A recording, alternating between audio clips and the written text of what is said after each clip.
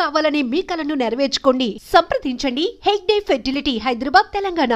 అదేవిధంగా ఆన్లైన్ రెమ్మీ వీటికి సంబంధించిన విషయాల మీద కంటిన్యూస్గా సభలో చర్చ జరగడం, బయట ఆందోళనకరమైన పరిస్థితులు ఉండడం, సిద్దిపేట శాసనసభ్యులు హరీష్ రావు గారు ఆన్లైన్ బెట్టింగ్ మీద, అదేవిధంగా ఈ బెట్టింగ్ యాప్ల మీద, ఆన్లైన్ రమ్మీ గేమ్ల మీద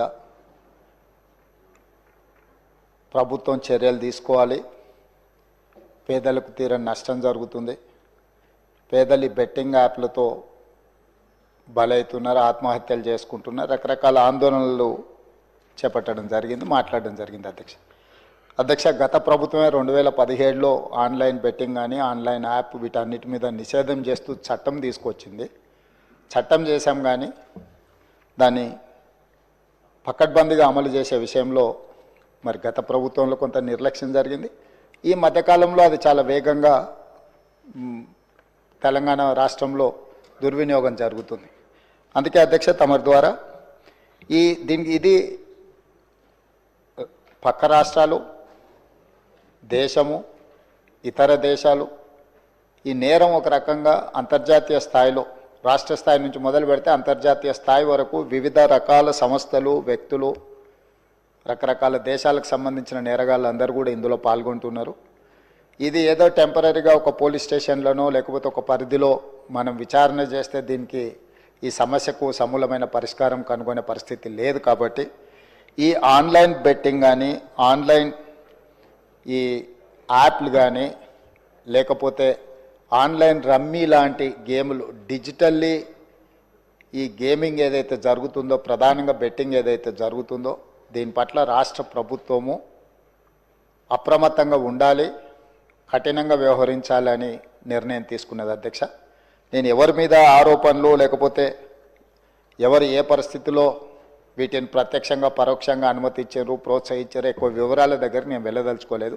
రాష్ట్ర ప్రభుత్వం స్పష్టంగా బెట్టింగ్ యాప్లు కానీ ఆన్లైన్ బెట్టింగ్ కానీ ఆన్లైన్ రమ్మీ గేమ్ల పట్ల అప్రమత్తంగా ఉండడమే కాదు కఠినంగా వ్యవహరించాలని ఈరోజు రాష్ట్ర ప్రభుత్వం నిర్ణయం తీసుకున్నది.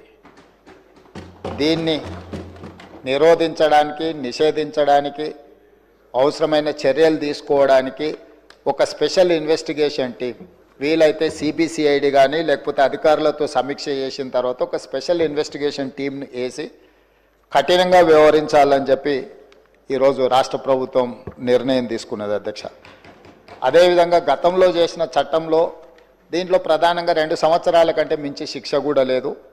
రేపు వచ్చే సమావేశాలలో ఈ ఆన్లైన్ బెట్టింగ్ నిర్వాహకులకనే కాదు ఆడేవాళ్లను, బాధితులను, అదేవిధంగా ఈ ఆన్లైన్ అడ్డగోలుగా నిర్వహిస్తున్న వాళ్ళ పట్ల శిక్షను కూడా పెంచడానికి అవసరమైన చట్టాలను కూడా అవసరమైతే మనం సవరించుకోవాల్సిన అవసరం ఉన్నది. అధ్యక్ష ఎందుకంటే శిక్ష కఠినంగా ఉంటుంది, ఎక్కువ కాలం ఉంటుంది అని ఎప్పుడైతే తెలుస్తుందో నేరం అనేది తగ్గుతుంది.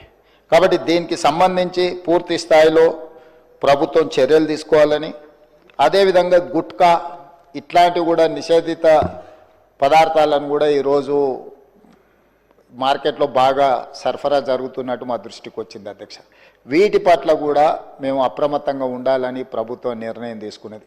అందుకే ఆన్లైన్ బెట్టింగ్, ఆన్లైన్ యాప్లు, అదేవిధంగా ఆన్లైన్ రమ్మీ ఈరోజు నిన్న మీరు టీవీలలో, పేపర్లలో పోలీసులు కేసులు నమోదు చేసి వాటికి ప్రచారం కల్పించిన వాళ్ళను పిలిచి పోలీస్ స్టేషన్లలో విచారించడం జరిగింది. వాటికి ప్రచారం కల్పించే వాళ్ళను పోలీస్ స్టేషన్లో పిలిచి వాళ్ళను విచారించడం ద్వారా ఈ సమస్యకు పరిష్కారము శాశ్వతంగా దొరకదు.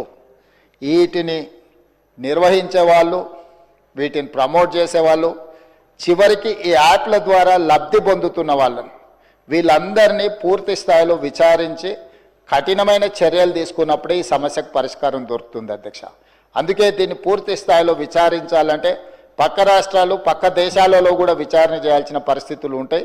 అందుకే పూర్తి స్థాయిలో అన్ని అధికారాలు కట్టబెట్టే విధంగా ఒక స్పెషల్ ఇన్వెస్టిగేషన్ టీం ఏర్పాటు చేసి ఈ రాష్ట్ర ప్రభుత్వం వాళ్ళ మీద పూర్తి స్థాయిలో చర్యలు తీసుకోవాలని నిర్ణయం తీసుకున్నారు. తమ ద్వారా ఈ సభకు, సభ్యులందరికీ, తెలంగాణ సమాజానికి ఒక స్పష్టమైన ప్రభుత్వ విధానాన్ని మేము పంపించదలుచుకున్నాము. ఎవరైనా ఇందులో ప్రత్యక్షంగా పరోక్షంగా ప్రోత్సహించిన, ప్రకటనలకు సహకరించిన, నిర్వహణలో భాగస్వాములైన ఎవరిని కూడా రాష్ట్ర ప్రభుత్వం వదిలిపెట్టదు. ఈ రాష్ట్రంలో ఖచ్చితంగా ఇలాంటి సైబర్ నేరాల పట్ల కఠినంగా మేము వ్యవహరించడం జరుగుతుంది.